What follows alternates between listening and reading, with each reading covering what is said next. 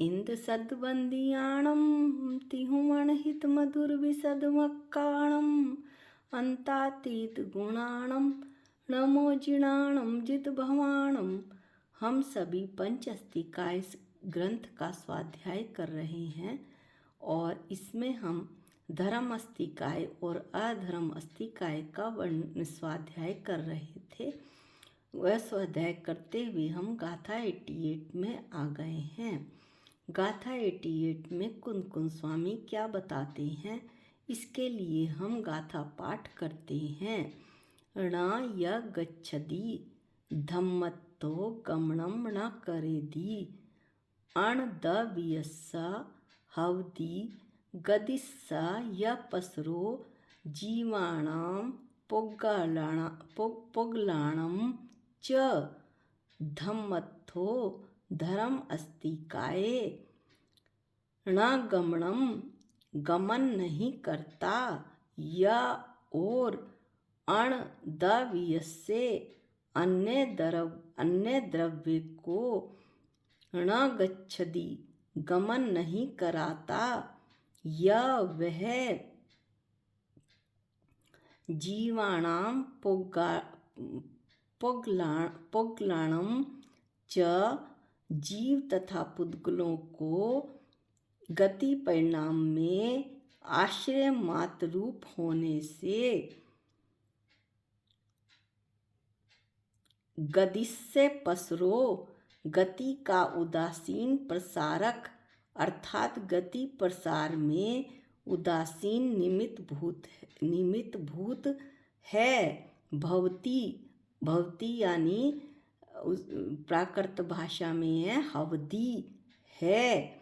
अब हम इसे हिंदी में सरल अर्थ में पढ़ते हैं कि धर्म अस्तिकाय गमन नहीं करता है और अन्य द्रव्य को गमन नहीं कराता है। वह जीव तथा पुद्गलों को गति का उदासीन प्रसारक है, अर्थात गति प्रसार में उदासीन निमित्त मात्र है। तो इसमें कई बातें स्पष्ट होंगी कि जो अमृतचंद आचार्य ने टीका में लिखा है उसमें उन्होंने कई सारे दृष्टांत देकर अत्यंत उदासीन बात को समझाया है। सहकारी, सस्थायी और उदासीन प्रसारक ये शब्द जो हैं इस गाथा में आएंगे और वो हमें अत्यंत ध्यान से दृष्टांत के साथ पढ़ना है। अब अमृतचंद आचार्य इस गाथा को किस तरह एक्सप्लेन करते हैं ये हम देखते हैं।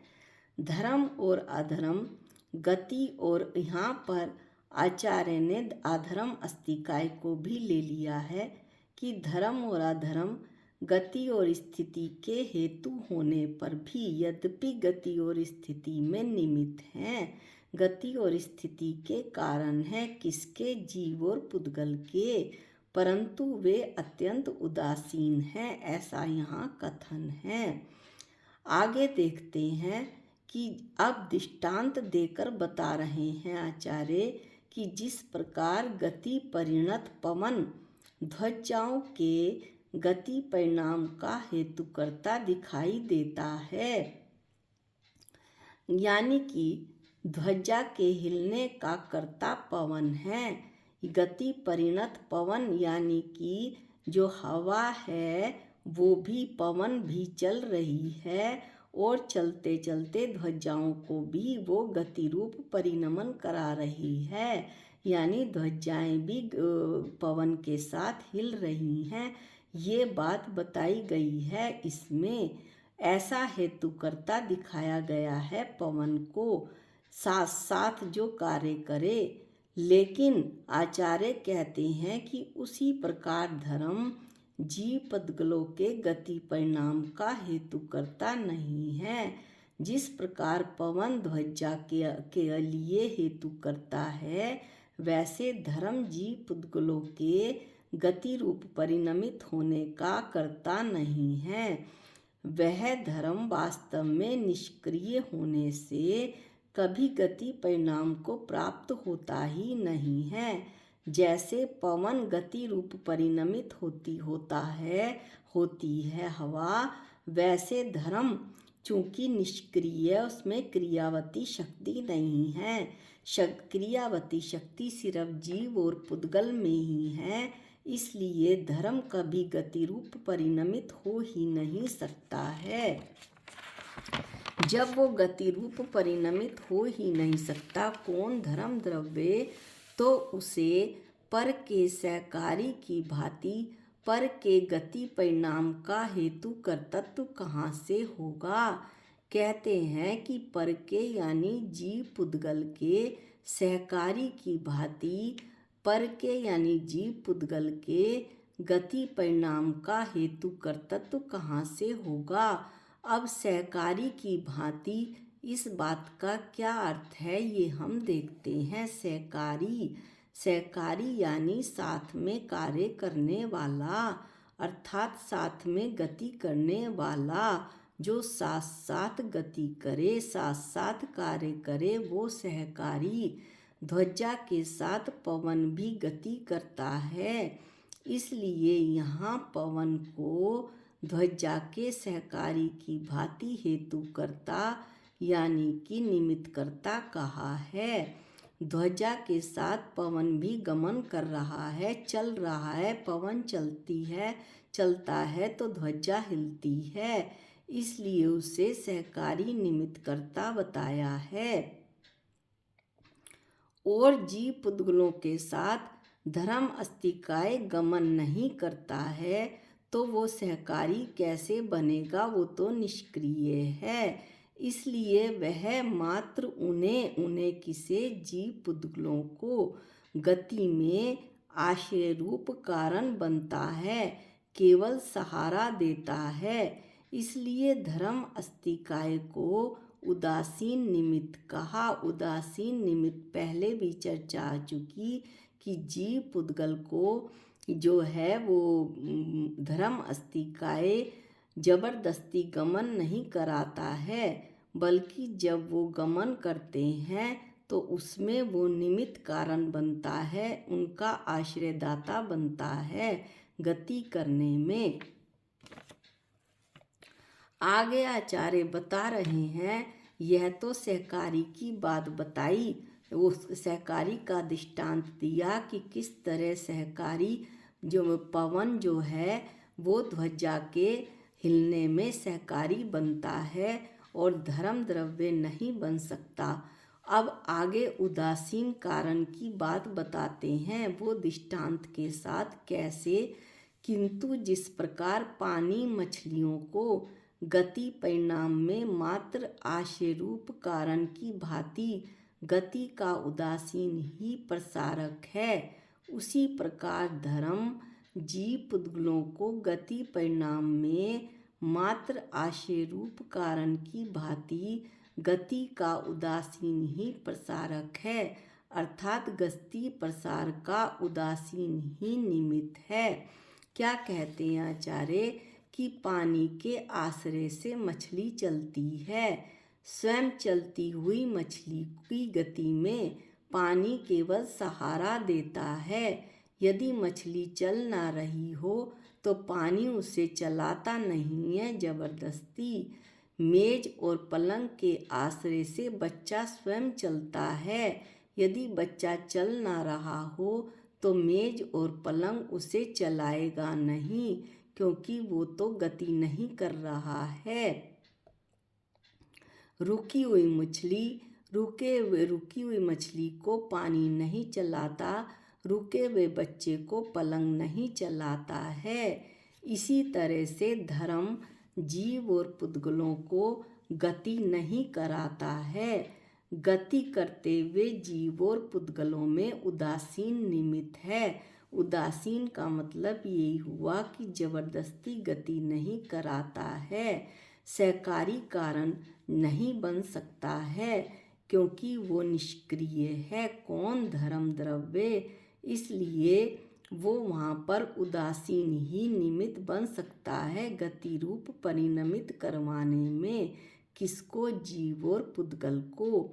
अब इसमें साथ इसमें कुंदकुंद स्वामी ने गाथा में तो नहीं आधरमस्तिकाय की बात की थी, लेकिन इन्होंने आचार्य ने आधरमस्तिकाय के विषय में भी इसी तरह बताया है कि आधरमस्तिकाय के संबंध में भी ऐसा ही कहते हैं कि जिस प्रकार गतिपूर्वक स्थिति परिणत अश्व सवार के गतिपूर्वक स्थिति परिणाम का हेतु करता दिखाई देता है, उसी प्रकार अधर्म जीव पुद्गलों के गतिपूर्वक स्थिति परिणाम का हेतु करता नहीं है। क्या मतलब हुआ इस बात का कि जिस प्रकार गतिपूर्वक स्थिति परिणत गति करता हुआ घोड़ा जब रुकता है तो सवार भी रुक जाता है, घोड़ा चलता है तो सवार भी चलता है। इस तरह से गति करता हुआ घोड़ा रुका तो उसके साथ सवार भी रुका, दोनों ने एक साथ कार्य किया।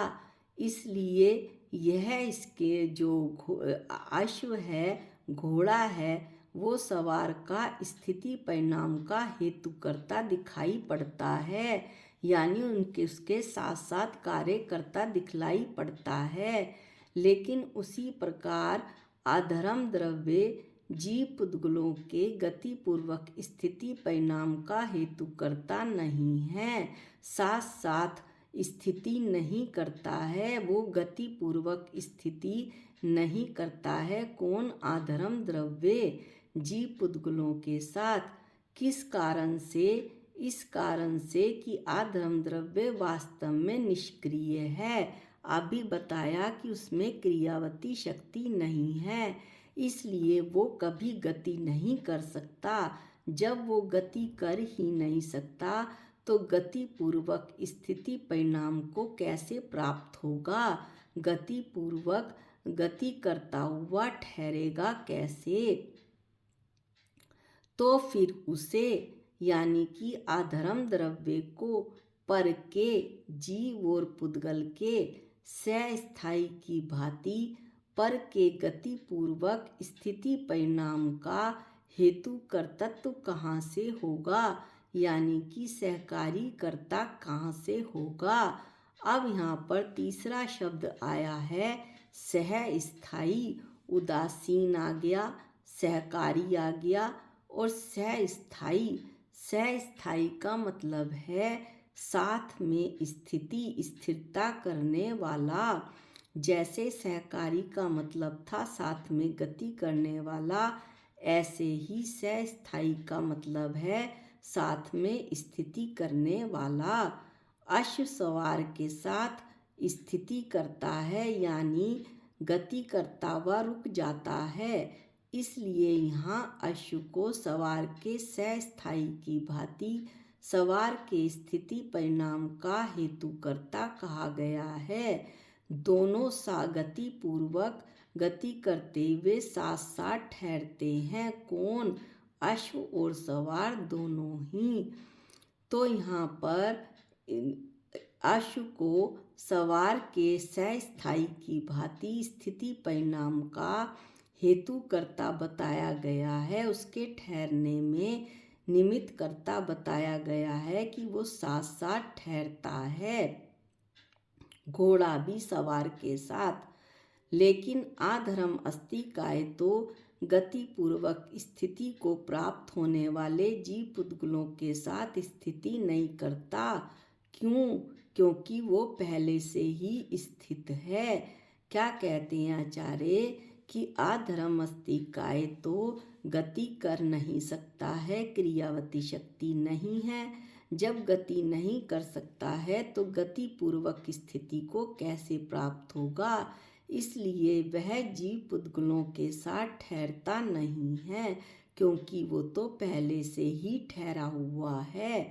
इस प्रकार वह सहस्थाई नहीं है, यानी साथ में ठहरने वाला नहीं है, स्थिति करने वाला नहीं है।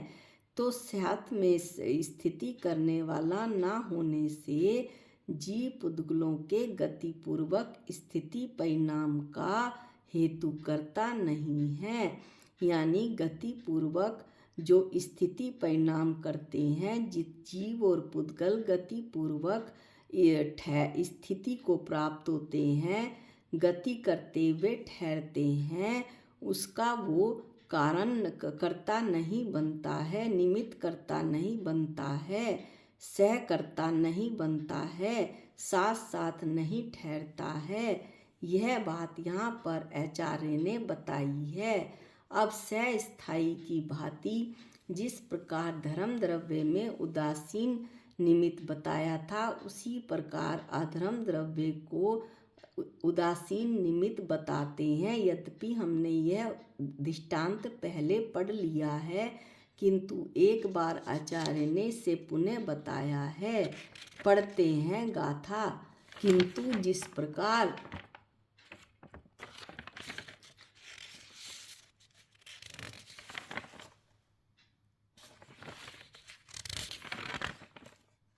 पृथ्वी अश्व को गति पूर्वक स्थिति परिणाम में मात्र आश्रय रूप कारण की भांति गति पूर्वक स्थिति की उदासीन ही प्रसारक है।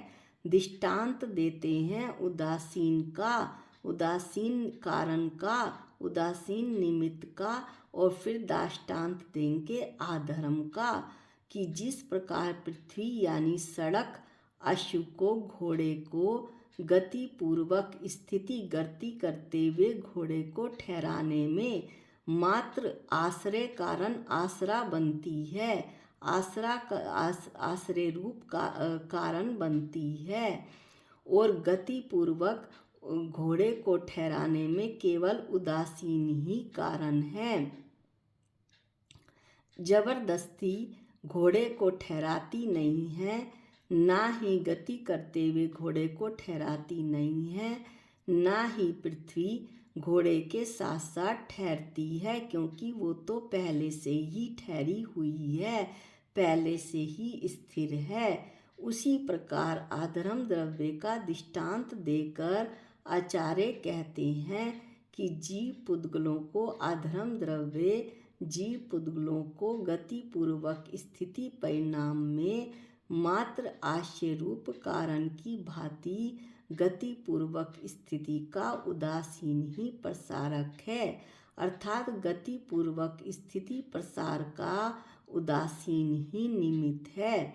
जो अधर्म द्रव्य है वो जीव पुद्गलों को गति करते हुए जीव पुद्गलों को ठहराने में मात्र आश्रय कारण बनता है, मात्र उन्हें सहारा देता है, उन्हें गति करते हुए जीव पुद्गलों को जबरदस्ती नहीं ठहराता है। जैसे पेड़ की छाया पथिक को ठहराने में मात्र आश्रय कारण बनती है, इसी तरह से जो है अधर्म द्रव्य भी है कि वो उदासीन निमित्त है। तो यहाँ पर सहकारी सस्थाई का दृष्टांत देकर कि किस प्रकार अश्व और घोड़ा साथ साथ गति करते हैं, अश्व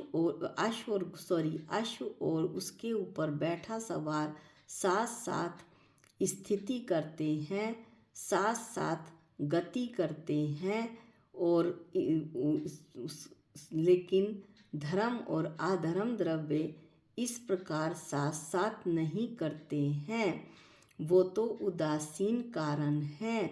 यह बात स्पष्ट की है इस गाथा में, यानी कि जो अत्यंत उदासीन है निमित्त कारण है, अत्यंत उदासीन निमित्त कारण है, उसे इस गाथा में आचार्य ने और स्पष्ट तरीके से बताया है। यह बात हम पढ़ चुके हैं।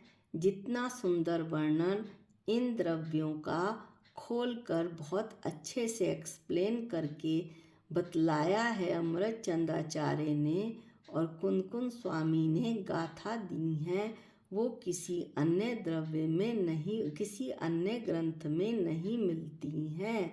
इसमें हमें बहुत सारी बातें स्पष्ट होती हैं, मात्र हमारे को ये है कि हम ध्यान से पढ़ें, दृष्टांतों को बस देख सुने, उन्हें समझें कि आचार्य क्या कहना चाहते हैं, तो हमें बात का पता चलेगा।